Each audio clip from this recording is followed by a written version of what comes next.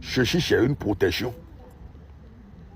Que quand tu le réalises sur toi, quand il y a l'accident devant toi, toi, tu vas quitter dans la voiture à peine et l'accident va arriver. Ou bien quand tu es dans une voiture et il y a de l'accident, tu vas sortir et l'accident aura lieu. Ou bien, quand tu veux traverser la frontière et tu as gardé quelque chose sur toi, ou tu te soupçonnes que les gens ils vont t'arrêter, tu vas passer d'abord avant qu'ils ne se rendent compte. C'est bon pour les chauffeurs, les personnes qui font des voyages, des personnes qui font des affaires. On appelle ça démissime. C'est-à-dire, sors-moi dedans. Quand il y a le mal, il va te sortir dedans avant que le mal n'arrive. C'est un secret qu'on appelle nous, dans ma langue. Et ceci, c'est un vieux qui m'a donné, que moi-même j'ai réalisé, j'ai trouvé la solution à ça depuis plusieurs années.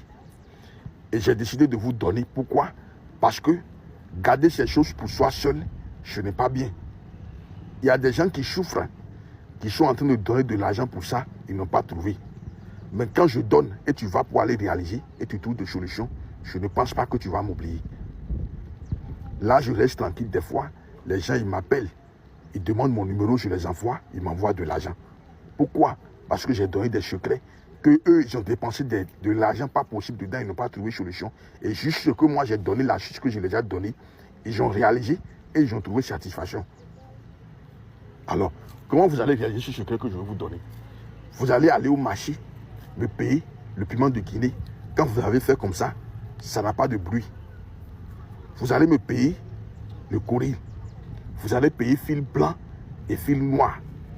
Bon, quand vous prenez votre piment de Guinée comme ça n'a qu'à rester dans la boîte et vous allez le positionner comme ça.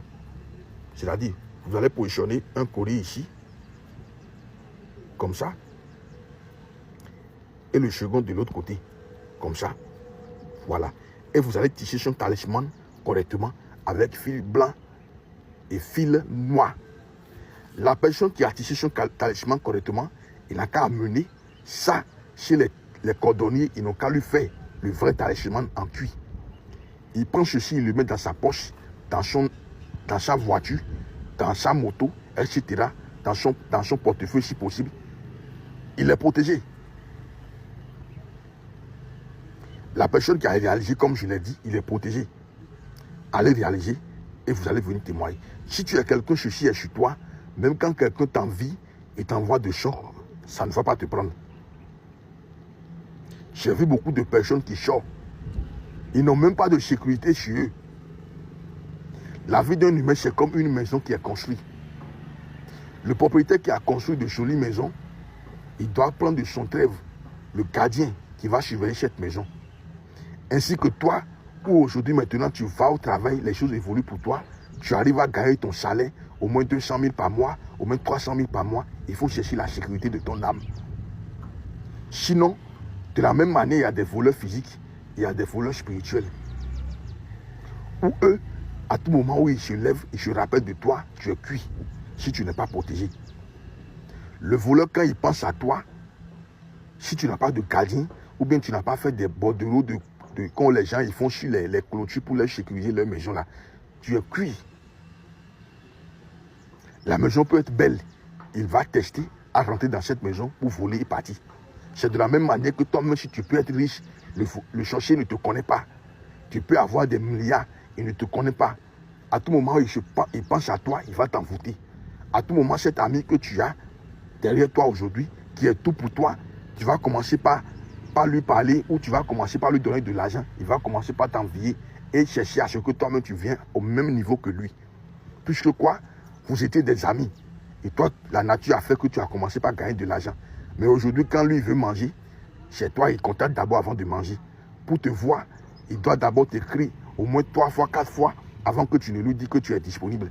Tout cela fait qu'il a commencé par s'énerver, comme si lui-même il ne peut pas arriver à ce niveau.